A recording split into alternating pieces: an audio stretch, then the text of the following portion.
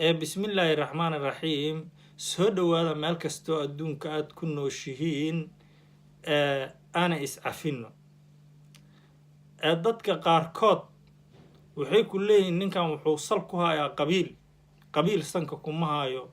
علوشها أقول أنت قبيلة waxaan se idin leeyahay hal mid oo calooshayda ka go'i la'a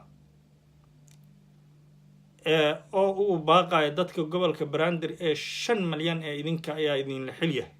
ninkii dad haasta ayaa loo xilyahay mar walbaba ninkaas ayaana la dabaruuc leeyahay ayaana la xaasidnimeeyaa ayaana yow heer gaarin la yiraahdaa laakiin gobolka Banaadir waxaa soo qabteen 4 dawladood oo Soomaali ay leedahay madaxweynayaashaas iyo siyaasiyiinta ee Soomaaliyeed oo dhan markii mikrofoonka afka laga geliyo waxay gaashaanka u daruuraan qadiyada gobolka Banaadir oo ka xishooda nin walbaba ku heli maysid cod ayuu isiraa ardayda iyo jaamacadaha ka dhiganayaan gobolka Banaadir qaas ahaan geyga Soomaalida markii uu siraa professor qofka ma horeysa markii uu siraa asuu oo ku dhashay gobolka Banaadir amba uu aabihiis gobol kale oo geyga Soomaalida kamid ah oo ku dhashay aabihiis waaya ay lamadoodaba ay isla yihiin dad heer Banaadir labadaas wiil la yiraaho halkan aabaha ma uu ka soo jeedo u doono kuraas amba siyaasad ahaan xuquuqdaas halkii gobolka Banaadirna aanan loo ogolaynin maalintaas ayaa dareemi doontaa xuquuqdii gobolka Banaadir amba xanuunka aan dareemayo maalintaas ayaa dareemi doontaa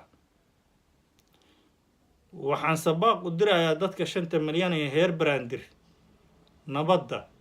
inaad ku dadaashiin gobolka Banaadirna oo nabad noqdo central caasima ee Soomaali ay u dhantaana oo noqdo markaasna oo naqanin meel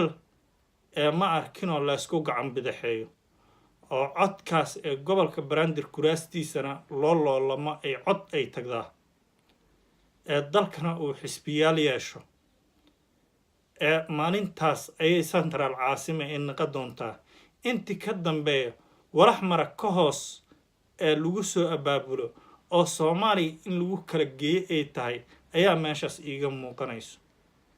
laakiin maantay mucaarad walboo tahay iyo madaxweyne walboo tahay qadiyada gobolka Banaadir waxaan xaqiijinayaa 24 December 2017 waay qadiyada gobolka Banaadir gaashaanka u daruur laakiin dadka heer Banaadir waxaan ballan qaadayaa ayaga oo na dagaalamay inay miiska nabadda ay ku qaataan qadiyadooda laakiin waxaa dareemi karo ninkii dhalinyaro asii la leeyahay aniga walaxaan leeyahay adigana wax ma lihid